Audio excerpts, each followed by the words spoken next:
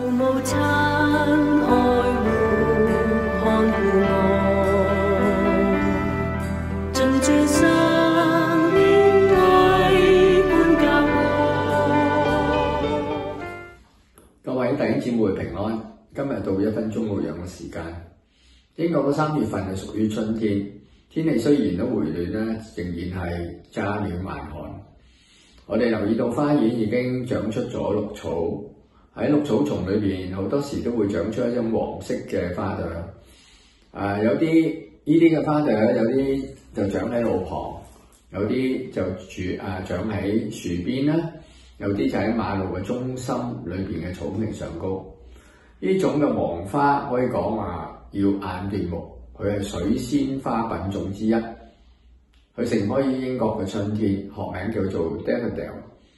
於3、4月正係開花嘅時候，於是咧就選擇咗作為英國母親節嘅代表嘅花朵。本地黃沙提醒我哋，英國母親節好快就到。今年嘅母親節係定於3月31日嘅星期日，與香港同埋美國等地嘅用康乃馨嚟作為母親節嘅鮮花咧係有分別嘅。其實英國嘅母親節其實定喺呢個基督教嘅大齋期嘅第4個嘅週日，即係復活前嘅第6個嘅星期日。喺17世紀嘅時候，人們咧好多時而喺嗰日咧就會返到自己受洗或者被牧養嘅教會，佢稱呢啲嘅教會叫做 Mother Church， 佢哋就會一齊咁樣喺當日裏邊去崇拜敬拜我哋嘅主。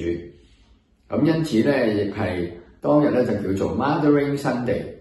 我哋咧就係好多時咧會出外打工嘅時候，就返到自己裏邊喺當日裏邊都探訪自己嘅母親，一家人一齊團聚，用鮮花去獻俾我哋嘅母親。咁咧作為咧對母親嘅一啲嘅謝意，英國母親節就咁樣產生嘅。咁呢度藉着個3月嘅呢種嘅黃色嘅水仙花咧，佢盛開嘅時候，順理成章就成為咗英國母親節嘅花朵嘅象徵，係獻俾我哋母親。咁其實好多嘅超級市場或者花店都有售呢種嘅花嘅。